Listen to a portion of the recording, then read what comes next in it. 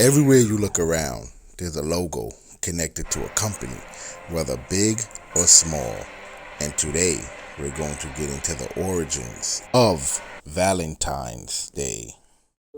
I think it's important to study history because history explains why the world is the way it is. I think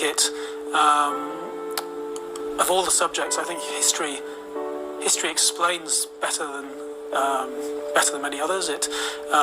When you understand a nation or a region's history, you understand its people. And I think an understanding of history makes the world an easier place to live in. Babe, it's Valentine's Day, you know what that means? Seth, will you be my Valentine? No. Day? No Valentine. No way. No way. Oh my god, these are so not mine. These are Jennifer's flowers, not mine.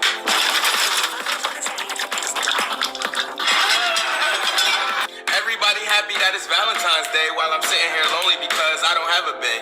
Roses are red, violets are blue. I have herpes and so do you. I don't got no Valentine and it's for the bestest. I'm gonna take my fat ass home, chill and watch Netflix. You're so cute. I'm so lucky you're in my life. You're so cute.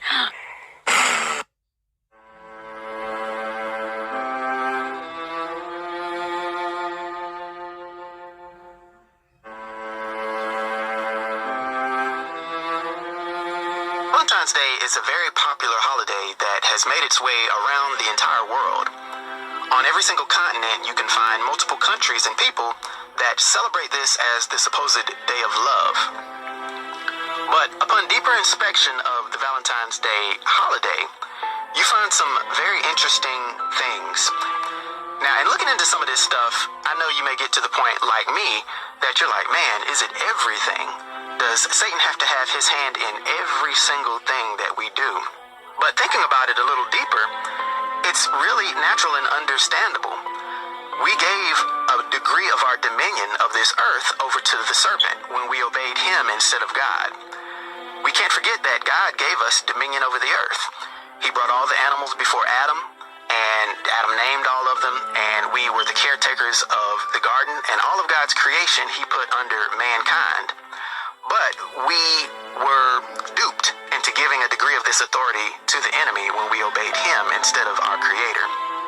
This is also represented later in scripture and other places. One in particular is when Satan took Jesus up into a high place when he tempted him.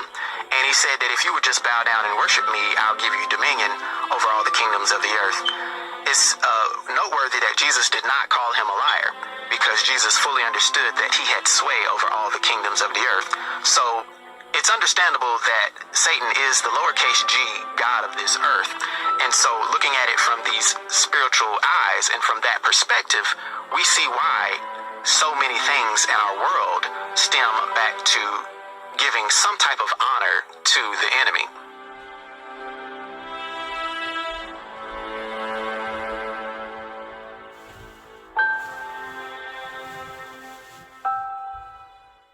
Goes back to a pagan festival known as Lupercalia, likely honoring either Lupa, the she-wolf of Rome, who suckled Romulus and Remus, or Faunus, their god of fertility. The festivities began with an animal sacrifice. Then the ritualistic slapping of young women with strips of the animal's skin and blood to bestow fertility for the coming year. Now they would come together and they would sacrifice a goat for fertility and a dog for purification. Then the boys of the town would take this goat and strip it into hides. It was almost as if they were making like a whip out of goat hide. And they would dip these little whips into the sacrificial blood. And then they would run about the town slapping women with these bloody whips, slapping the crops, slapping everything that needed to be fertile, needed to grow. And now that doesn't really sound too much like a celebration or a festival to me, but these women actually welcomed it. They believed that if they were touched with the blood, they would be fertile for a year. The same with the crops. If they touched the crops with the blood, they believed that they would grow. In the 5th century, perhaps in an effort to Christianize the pagan festival, Pope Gelasius declared February 14th as St. Valentine's Day. Now, there was an official Roman holiday thrown in the middle of February called Lupercalia. This was a fertility festival dedicated to Faunus, the god of agriculture. Now, Faunus is where we get fawn or little deer, which is actually the Greek equivalent is Pan, that little horny goat god. This festival was also to honor the founders of Rome, Romulus and Remus. Now, at this festival of Lupercalia, a couple of interesting things went on. First of all, the priests would all congregate at the mouth of the sacred cave, where they believed that Romulus and Remus, the founders of Rome, were raised by a she-wolf. Others like to believe that it is a Christian holiday because it was named after a Christian saint by the Roman Catholic Church. But the truth is that Valentine's Day was made by the Roman Catholic Church to Christianize the pagan celebration of Lupercalia. Lupercalia was one of the most ancient Roman festivals, which was celebrated every year in honor of Lupercus, the god of fertility, also known as the god Faunus. This festival, which celebrated the coming of spring, included fertility rites, orgies, fornication, sex with minors, drunkenness, and other activities like the pairing off of women with men by lottery. This is where all of the young single women would come together and write their names down on a piece of paper and put them all collectively into this lottery urn. Then the bachelor men of the town would come along and pick a name at random. Now, this name that they chose was supposed to be their mate for a year. They were supposed to come together and court for an entire year. Now, believe it or not, it was not uncommon for these pairings to end up in marriage. As for the real Saint Valentine, there were reportedly several canonized by the Church. Legend has it that one Saint Valentine, a defiant Roman priest, lived during the 3rd century AD under Emperor Claudius II. Claudius was an ambitious ruler. His battles required vast armies of men to abandon their young families for long periods of time, resulting in a military that was half-hearted and homesick. So determined was Claudius to stop love from sapping the will of his armies, he banned marriages altogether. Father Valentine thought the ban unjust and defied the emperor, continuing to marry young lovers in secret. The emperor eventually caught on to the priest's actions, arrested him, and sentenced him to death. Now, if you just dig a little deeper, you can understand further what is being celebrated. Lupercalia is believed to be connected to the ancient Greek festival of Arcadian Lycaea and the worship of Pan. Lupercalia is the Roman form of worship of the Greek god Pan. Pan can be traced to the sun god Baal. He is the horned god. And we know Baal is none other than Nimrod. Nimrod was the original Lupercus. The Lupercalia, the festival of the Romans held during the time we know today as Valentine's Day, was a festival to honor Nimrod, just in this Roman form. This is paganism. In ancient pagan Rome, the month of February was sacred to Juno Februata, the goddess of the fever of love. Juno Februata was also the goddess of women and of marriage. Now, going back to Lupercus, he was the Roman god of fertility, and the festival that they had in the day for him was a festival in celebration of the anniversary of the founding of his temple, which was on February the 15th. This is worth noting because Lupercus is also known as Faunus, and this is the Roman equivalent of the Greek god Pan. Now, this is a little more familiar, and many of you may have heard of Pan before, but Pan is the Greek god of erotic sexuality, and he is a master of music to a degree because he used his little flute to seduce other spirits and women and things of that nature.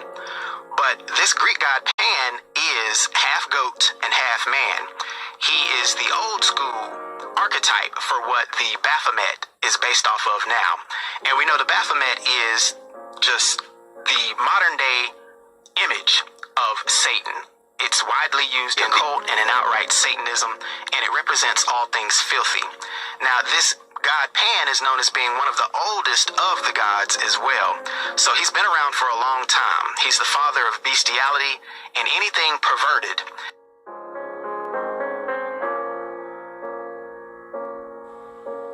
He's just the father of filth when it comes to sexuality. Note that this is not the equivalent of love or eros love, which is the love between a man and a woman in the context of marriage which God intended it. This is just perverted filth that the world would call love. The purpose of the LA Pony and Critter Club is to provide a safe space for people to explore and experience animal role play. This is the best moment of my life. Oh, this is the best moment of my life. And easy to walk. Okay. So, as an ordained minister of the Universal Life Church Monastery, I now pronounce you woman and dog. You may now kiss the bitch.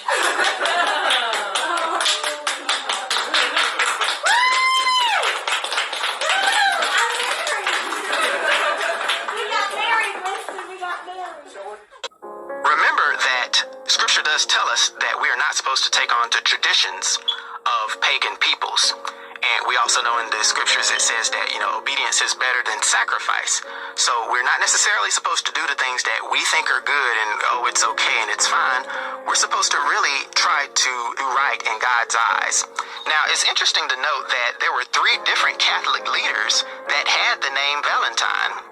It's not exactly certain which one of these the day was named for, but it is interesting to note that all 3 Valentine figures were said to have been killed on February 14th. So I don't know if that's just a unique coincidence or what. Cupid, the winged matchmaker, started out as the Roman god of love, inspired the image of cherubs for Christians, and is now a favorite of card makers and mass marketers. He is a counterpart of the Greek god Eros. According to the myth, Cupid was the son of Mercury and Venus. Mercury being the winged messenger of the gods, and Venus, the goddess of love and beauty. Cupid often appeared as a winged infant carrying a bow and a quiver of arrows.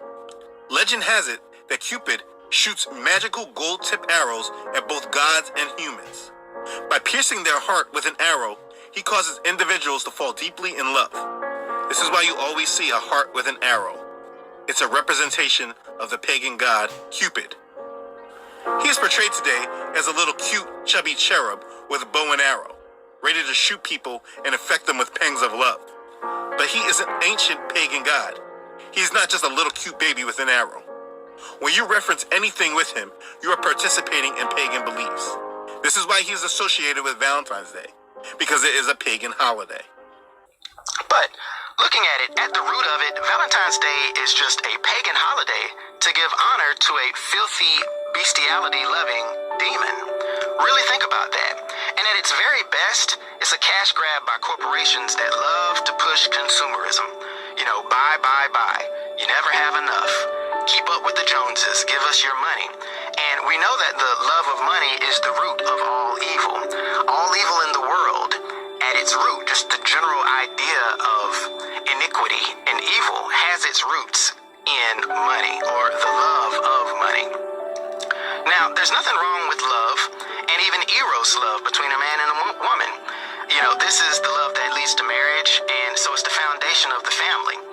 And eros love is set up to be a good thing in the eyes of God in the confines of marriage, and this type of love leads to marriage. But we should regularly express our love to each other, not just once a year on a pagan holiday for a demon. If you really think about that, we should show our love every single day to the people that are important to us in our lives. It doesn't have to be this marketing holiday that's set aside by this pagan world. Remember that friendship with the world is enmity with God, as Scripture tells us. So we don't have to conform and fold to what the world promotes. Now, if you wanted to celebrate a special day, we even have anniversaries that we can do something special with a loved one on. This is the day that you got married to someone or you met someone. And so this is an important person in your life, and you can set aside this time. You can go out to eat dinner. You can go somewhere special, go on a trip or whatever it may be. And that within your own home is your own little personal holiday. That's fine, and that would be blessed by God. But we don't need the world to tell us that we need to show our love for each other by buying cards and candy and going out to eat on the eve of a holiday that's set aside to give honor to Lupercus or Pan.